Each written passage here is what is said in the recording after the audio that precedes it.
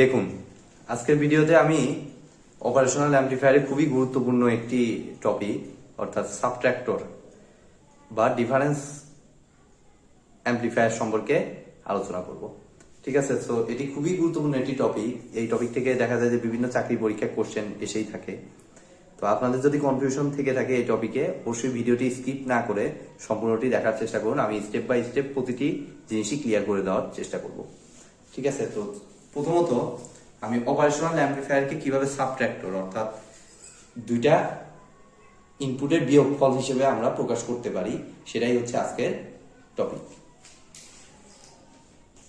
তো প্রথমে আমি অপারেশনাল অ্যামপ্লিফায়ার আঁকিয়ে ফেলবো মাইনাস প্লাস, এভাবে জাস্ট ইনভার্টিং এবং নন ইনভার্টিং প্রান্ত বের করে রাখলাম। এরপরে আমরা যে কাজটা করব, ইনভার্টিং এ আমাদের যেভাবে ছিল ইনভার্টিং অ্যামপ্লিফায়ার ঠিক সেভাবে ফিডব্যাক দিয়ে আমি পার করে দিলাম, এবং নন ইনভার্টিং প্রান্তটাতে এদিক দিয়ে একটা গ্রাউন্ড বরাবর একটা রেজিস্ট্যান্স দিব, আর এদিক দিয়ে একটা রেজিস্ট্যান্স এনে আমি কার সাথে লাগিয়ে দেব, একটা ইনপুট V1 মনে করুন, V1 এর সাথে আমি সিম্পলি লাগিয়ে দেব। ঠিক আছে, আর এদিক দিয়ে আমি দেব V2। ঠিক আছে, আর এই রেজিস্ট্যান্স গুলো আমি ইচ্ছা মতো নাম দিলাম, ধরুন এটা R1, এটা R2, এটা R3, এটা মনে করুন R ফিডব্যাক। ঠিক আছে, তো এই যাবৎ কালে আমি যতটুকু অপারেশনাল অ্যামপ্লিফায়ারের টপিক গুলো পড়িয়েছি সেখানে সবগুলোতেই ছিল হয় V1 থাকবে নয়তো V2 থাকবে। ঠিক আছে, বাট মানে একটা ইনপুট থাকবে, হয় ইনভার্টিং এ ইনপুট থাকবে নয়তো নন ইনভার্টিং এ ইনপুট থাকবে, বাট এখানে দুটোতেই ইনপুট আমি দিয়ে দিয়েছি। তাহলে এখন উপায়টা কি? জাস্ট কিছুই না, সিম্পলি একটু একটা ডিসি সার্কিটের একটা টপিক, ওই সার্কিট থিওরেমের, যেহেতু দুইটা সোর্স আমরা দেখতে পাচ্ছি এখানে, দুইটা সোর্স থাকলে আমরা নর্মালি সার্কিট থিওরেমে কোন টেকনিকটা ফলো করি? Superposition theorem. অর্থাৎ এখানে আমরা সুপারপজিশন থিওরেম ইউজ করলে আমাদের প্রবলেম সলভড। অর্থাৎ V1 যখন অ্যাক্টিভ V2 ডিঅ্যাক্টিভ, V2 যখন অ্যাক্টিভ তখন V1 ডিঅ্যাক্টিভ। ঠিক আছে, অর্থাৎ এক এক করে আমি চিন্তা করি। প্রথমত মনে করুন V1 অ্যাক্টিভ, তাহলে V1 যদি অ্যাক্টিভ হয় তাহলে আমাদের সার্কিটটা আমরা যদি রিড্র করি, V1 এ আমাদের এই দেখুন এদিক দিয়ে R1 R2, এখানে আমাদের এই প্লাস, এটা প্লাসের সাথে, আর এখানে আমাদের এটা গ্রাউন্ড করা, আর V2 ডিঅ্যাক্টিভ মানে ওই জায়গাটুকু শর্ট হয়ে যাবে। শর্ট হয়ে গিয়ে আমাদের R1 V আউটপুট, তাহলে এটা V2 এর প্লাস প্রান্ত এখানে কানেক্টেড আর মাইনাসটা গ্রাউন্ডেড, সো এইটা সরাসরি গ্রাউন্ডের সাথে কানেক্টেড। ঠিক আছে, তাহলে R3 RF R1 R2 আমি এইটুকু সিম্পল করে নিলাম। এবার আমাদের দেখুন এখনো সরাসরি এই সার্কিট কিন্তু আগে ছিল না। ঠিক আছে, আগে ছিল এই প্লাস দিয়ে নর্মাল একটা ভি সিগন্যাল যদি থাকে তাই, অর্থাৎ প্লাস প্রান্তে যে ভোল্টেজটা লাগবে সেটা আমরা পেলেই কিন্তু কাজ হয়ে যাবে। ঠিক আছে, সো প্লাস প্রান্তে যে ভোল্টেজটা সেটাকে আমরা ভি প্লাস মনে করলাম, এই প্রান্তের ভোল্টেজটা। তো ভি প্লাসটা আমরা দেখুন simply voltage divide rule use করলে আমরা ভি প্লাস পেয়ে যাচ্ছি। অর্থাৎ ভি প্লাস মানে হচ্ছে এই প্রান্ত থেকে আমার গ্রাউন্ড পর্যন্ত যে ভোল্টেজটা, অর্থাৎ R2 এর অ্যাক্রসে ভোল্টেজ। তো R2 এর অ্যাক্রসে ভোল্টেজটা আমাদের কত আসতেছে? ভি প্লাস, যেটা সিম্পলি ভোল্টেজ ডিভাইড রুল যদি ইউজ করি, অর্থাৎ R2 divided by R2 plus R1 into V1, simple. আর অবশ্যই এটা আর V0 থাকবে না, এটা V0 প্রাইম হয়ে যাবে। ঠিক আছে, তাহলে V0 প্রাইমটা আমাদের কত হবে? V0 প্রাইম এই ভোল্টেজটা অ্যাকচুয়ালি হবে আমাদের কি ইনভার্টিং নন ইনভার্টিং অ্যামপ্লিফায়ারের ফর্মুলা কি? আমি সরাসরি ফর্মুলা ইউজ করতেছি, 1 plus RF divided by feedback resistance divided by এই রেজিস্ট্যান্সটা R3 ইনটু V প্লাস, অর্থাৎ 1 plus RF divided by R3 into V plus এর ভ্যালুটা আমরা বসাই দিচ্ছি সরাসরি, R2 divided by R1 plus R2 into V1। V naught প্রাইমটা দেখুন আমরা পেয়ে গেলাম, অর্থাৎ প্লাসটা যখন অ্যাক্টিভ। সেম ওয়েতে আমরা আমাদের মাইনাস অ্যাক্টিভ থাকলে কি হয় সেটাও আমরা বের করে ফেলি। তো তার জন্য দেখুন আমি জাস্ট ভি নট প্রাইমের ডাটাটা উপরে লিখে রাখতেছি, সেই অনুযায়ী আমাদের পরেরটা আমি হিসেব করি। ভি নট প্রাইমের ভ্যালু পাইলাম, বেশ বড় একটা ভ্যালু। আচ্ছা এটা এইভাবে থাক, ভি নট প্রাইমটাই নিচে রাখি, ওইটুকু মুছে দিই, যেহেতু অনেক কিছু আঁকাইতে হবে যদি এভাবে নিতে চাই।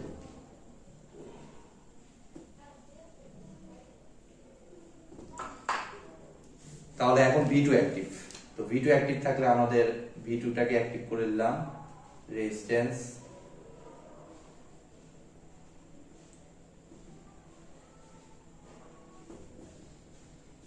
মাইনাস প্লাস, এদিক দিয়ে R2 টা গ্রাউন্ডেড,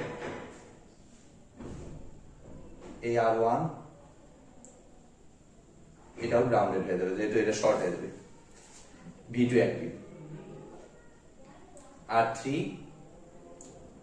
RF এবং আউটপুটটা চেঞ্জ হয়ে আমাদের V নট ডাবল প্রাইম মনে করলাম, এটা R1 এটা R2। এখানে একটা গুরুত্বপূর্ণ একটা আমাদের এইটুকু ঠিক আছে, বাট এখানে একটু কমপ্লেক্সিটি তৈরি হয়ে গেছে।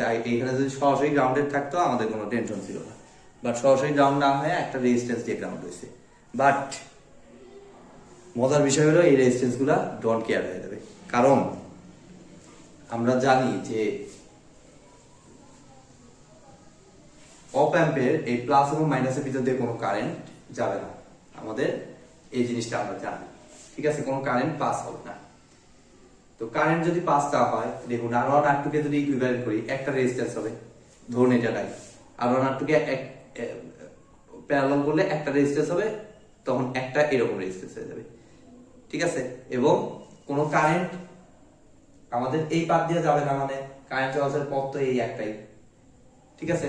তো কারেন্ট চলাচলের পথ একটা, বাট এই প্রান্তের ভোল্টেজ 0, বাট কোনো কারেন্ট তো আমার পাস হওয়ার কথা না, দ্যাট মিন্স এই প্রান্তটা আমার 0ই হবে।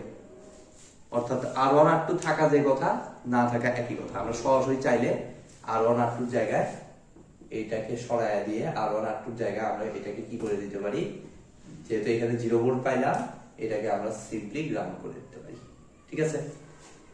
এটাতে আপনাদের কনফিউশন হতে পারে, সো এটা হলো তার এক্সপ্লেনেশন কিভাবে ওইটা নিউট্রাল হয়ে যায়।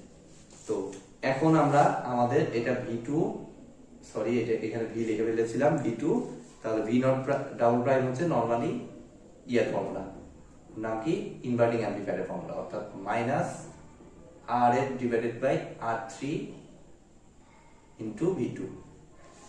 ব্যাস, আমাদের V নট প্রাইম জানা, V নট ডাবল প্রাইম জানা, সুপারপজিশন থিওরেম অনুযায়ী ফাইনাল আউটপুট হবে এই দুটো যোগফল, অর্থাৎ V not is equal to V not prime, একবারে যোগ করে আমি লিখতেছি, দুইটা যোগ করে দিলে আমাদের এই বড় রাশিটা 1 plus RF divided by R3 into R2 divided by R1 plus R2 into V1, আর এটার সামনে একটা মাইনাস আছে, minus RF divided by R3 into V2। এই তো এই প্রবলেমটি, এই টপিকটির ব্যাখ্যা। তো কিভাবে ডিফারেন্স অ্যাম্পলিফায়ার, এই দেখুন দুইটা ইনপুট সিগন্যাল V1 এবং V2 দুইটা বিয়োগ করছে, যদিও আগে পিছে কিছু ফ্যাক্টর আছে, এগুলো আননোন ইকুয়েশন, আননোন রেজিস্ট্যান্স থাকার কারণে আমাদের এই ফ্যাক্টরগুলো এক্সট্রা অ্যাড হয়েছে, ঠিক আছে? এখন আপনাদেরকে সরাসরি বলতে পারে একটা ডিজাইন একটা সাবট্রাক্টর ডিজাইন করতে, যেটা সরাসরি সিগন্যাল দিবে V1 মাইনাস V2, তখন কি করবে, ঠিক আছে? তো তার জন্য আমি দেখুন যে কাজটা করব, এগুলো পুরোটা মুছে দিচ্ছি। ও আমি যে বড় ইকুয়েশনটা লিখে দিলাম, এটা মুখস্থ রাখার কোনো প্রয়োজন নাই, আপনাদের সরাসরি আসলে এই যেভাবে করে দিলাম এই ওয়াইজ আপনারা ম্যাথ করলেই হবে, ঠিক আছে? মনে রাখার কোনো প্রয়োজন নাই, এই ওয়াইজ ম্যাথে ক্যালকুলেশন করবেন, কোনো অসুবিধা হবে না। তো আমাদের কাঙ্ক্ষিত রেজাল্ট হচ্ছে V not equal to V1 minus V2। তো তার জন্য যে কাজটা করব, এগুলো R1 R2 এগুলো সব মুছে দিয়ে সিম্পলি এটাকে সবগুলো মুছে দিয়ে আমি R বানাই দিলাম, ফিডব্যাক আর সব আর বানাই দিলাম। ঠিক আছে, তো তাদের সুবিধা কি দেখি। আমাদের প্রথম থেকে আসি, V1 যখন অ্যাক্টিভ, তো V1 অ্যাক্টিভ থাকলে আমাদের সার্কিট দ্বারায় প্লাস মাইনাস V1, এখানে আর, এখানে আর, এটা গ্রাউন্ডেড, মাইনাস প্লাস, এদিক দিয়ে আর, এটা V2, আর এটাও আর এটা V0 প্রাইম মনে করলাম। তাহলে V1 আর আর, সরি এটা তো গ্রাউন্ডেড হয়ে যাবে, V2 তো ডিঅ্যাক্টিভ প্রথম থেকে, তাহলে V2 ডিঅ্যাক্টিভ করে দিলাম এবং সেম সিস্টেমে যেভাবে আমি দেখাইলাম ওই সিস্টেমে আমরা V প্লাসটা যদি বের করি, আমাদের V প্লাস আসতেছে R divided by R plus R into V1। সুবিধা কি, আমাদের R কেটে যাবে, R কেটে যায়, এটা আসবে V প্লাস আসবে V1 বাই 2। ঠিক আছে, তাহলে V0 প্রাইম আমাদের কত আসতেছে, V0 প্রাইমটা আমাদের আসতেছে 1 plus RF by R1, RF by এই যে এটা বাই এটা, ফিডব্যাক বাই এটা, R by R into V plus. V প্লাসের ভ্যালু কত, এটা 1 প্লাস 1 2, এটা 2 ইন্টু V প্লাসের ভ্যালু V1 বাই 2, যেটা ক্যালকুলেশন করলে আমাদের আসে 2 দিয়ে কাটা যায়, V plus equal to V1, V0 prime equal two V1। ঠিক আছে, ফাইন। তাহলে V0 prime equal two V1 এক সাইডে লিখে রাখলাম, V0 prime equal two V1। একইভাবে আমরা দেখি V2 অ্যাক্টিভ থাকলে কি হয়। তো V2 অ্যাক্টিভ থাকলে একটু পুরোটাই মুছে দিলাম। V2 অ্যাক্টিভ থাকলে আমাদের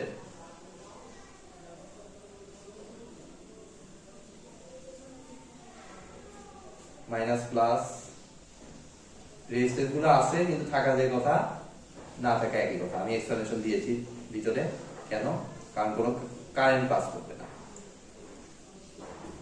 V0 ডাবল প্রাইম, এটা আর আর V2।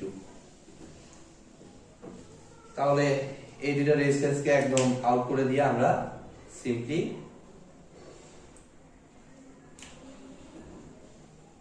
এই একটা পাথ বলতে পারি নাকি। তাহলে নরমাল ইনভার্টিং অ্যাম্পলিফায়ারের ফর্মুলায় ফেললে V0 double prime equal to minus R divided by R into V2, মানে কাটা যায় V0 double prime equal to minus V2। V0 prime V0 double prime দুটাই পাইছি। এখন ফাইনাল V0 আমাদের কত আসতেছে, এই দুটো যোগ করে দিলে আমাদের আসতেছে দেখুন V1 মাইনাস V2, যেটা আমাদের কোশ্চেনে চাইছে যে একটা সাবফ্যাক্টর ডিজাইন করতে, যেটা আমাদের আউটপুট দিবে V0 prime equal two V1 minus V2। ঠিক আছে, তো আজকের মতো ভিডিওটি এ পর্যন্তই। ভিডিওটি যদি ভালো লেগে থাকে অবশ্যই ভিডিওতে একটি লাইক দিবেন, বন্ধুদের সাথে বেশি বেশি শেয়ার করবেন, আর চ্যানেলে নতুন হয়ে থাকলে অবশ্যই চ্যানেলটি সাবস্ক্রাইব করবেন। ধন্যবাদ।